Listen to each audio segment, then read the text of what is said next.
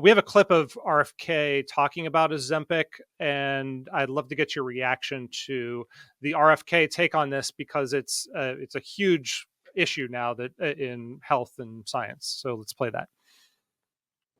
The idea that a drug is going to cure drug addiction or alcoholism.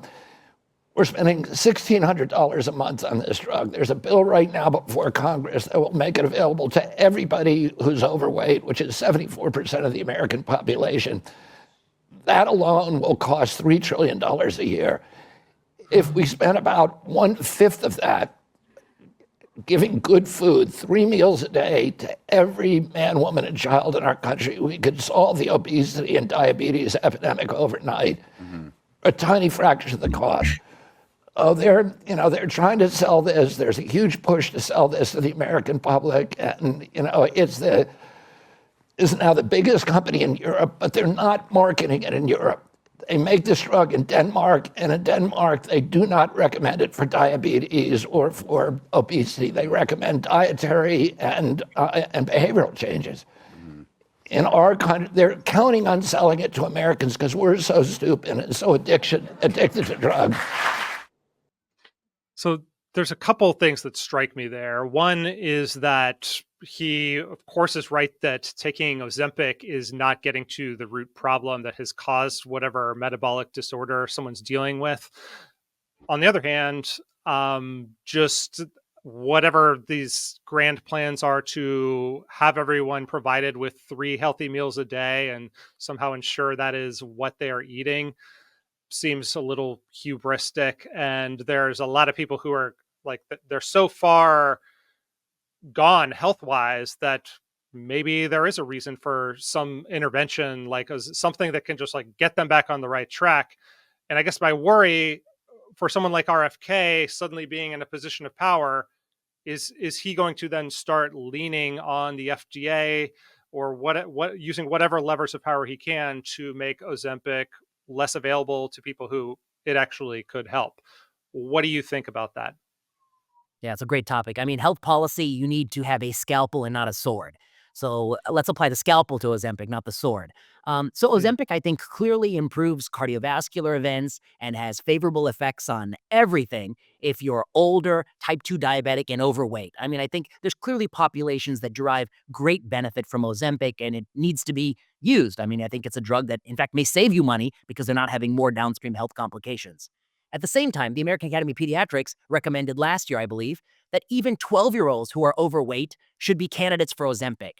I think the truth is probably something in between. Do we really want to put a 12-year-old on Ozempic and then they have to take it for 50, 60, 70 years? Because the moment you stop taking Ozempic, a number of studies show a large weight rebound. I mean, that's the other thing that's under-discussed is Ozempic works as long as you keep taking it. And what percent of people in the real world actually discontinue? We're going to publish that paper soon. We have it done. It's higher than people think. So my point about Ozempic is that I do worry that it'll be overused. And I do worry, to his core points, that there's a huge profit incentive to medicalize society. I also worry, as you do, that if you go in there with the sword, you could actually end up harming a population that actually does benefit from Ozempic and needs Ozempic. In terms of the solution of giving people food, I'm also skeptical, as you are, that would be a durable solution or that people would even do it. But there's a core kernel, I think, of truth to what he's saying, which is our healthcare system is really, really good at funding things that generate profit for shareholders. You got a new drug, you got a new treatment for cancer that you can take tons of people's money and shovel it into a new company. That's going to get covered by Medicare, Medicaid. It's going to get, expedited. If I have a cancer patient in my clinic and all I want is someone to go to this person's house twice a week to help him do dishes and help him just tidy up a little bit, that's impossible to get in the current insurance system. I mean, I can't get my cancer patients rides to my appointments, but I can give them a useless $200,000 a month medication. That's my frustration as a cancer doc. We prioritize things that consolidate wealth and not health interventions that disperse wealth to lots of caregivers or things like that. That's, I think, a bias of the American system. And I think that's kind of what he's speaking to there. Now, I don't think that he'll be able to operationalize a meal delivered to every overweight person. And then the last point I make. It is interesting to me that he has the guts to go up against the pharmaceutical industry because I think that, People always say, why can't we get somebody who has all RFK's good views without those problematic views? And I say, you're not going to Mhm. get that person. It's either going to be this person who has a range of complicated views, or the next person is going to be somebody we don't have a 1 hour discussion about. It's going to be some pharmaceutical company insider who just wants to generate more profits. They're going to get more Ozempic, prescribed. They're not really going to care. And 5 years from now, we won't even remember their names because they made no mark on history. This is somebody who's coming in with a lot of ideas. I think some have potential to be really good. Some have potential to have, externalities and downstream things that he's not thinking about. But people ask for it. You want to change and you got it. He's going to change a lot of things, I think. Hey, that was a clip from Just Asking Questions. You can watch another one here or the full episode here. And please subscribe to our brand new channel to get us started off right and be notified when new episodes or clips go up. Thanks for watching.